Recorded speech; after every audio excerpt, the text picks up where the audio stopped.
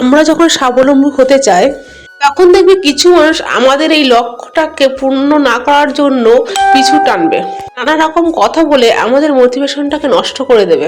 তাই সবসময় চেষ্টা করবে এই সকল মানুষের থেকে দূরে থাকা। শহরে বা গ্রামে আমরা যেখানেই থাকি না কেন, নিজের হাতে কিছু লাগিয়ে সেটাকে চর্চা করে বড় করে তোলার আনন্দটাই আলাদা। তেমনি আমরা কিছু সবজি চাষ করেছিলাম নিজেদের বাড়িতে খাবার জন্য।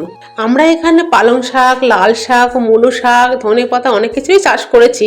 তবে বাড়িতে যেহেতু আজ কেউ নেই, আমরা তিনজন ছাড়া, তাই আজকে অল্প করে আমি একটু পালং শাক তুলে নিয়েছি। আর দেখো আমাদের শস্যগুলো কত সুন্দর হয়েছে, ঠিক না?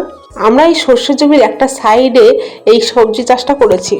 আমি এই পালং শাকের সঙ্গে সঙ্গে কিছুটা মূলো শাকও তুলে নিলাম। আমাদের প্রতিবার মূলো গাছ মূলো লাগায়, কিন্তু মূলো শাকটা যত সুন্দর না হয়, কিন্তু নিচে কোনো মূলোই হয় না, কি জানি এরকম কেন হয়। আমি এই সবজিগুলো তুলে নিয়ে বাড়ি ঘরে যে সবজি ছিল সেই সবজি এবং এই সবজিগুলো কেটে গুছিয়ে নিয়েছি রান্না করার জন্য।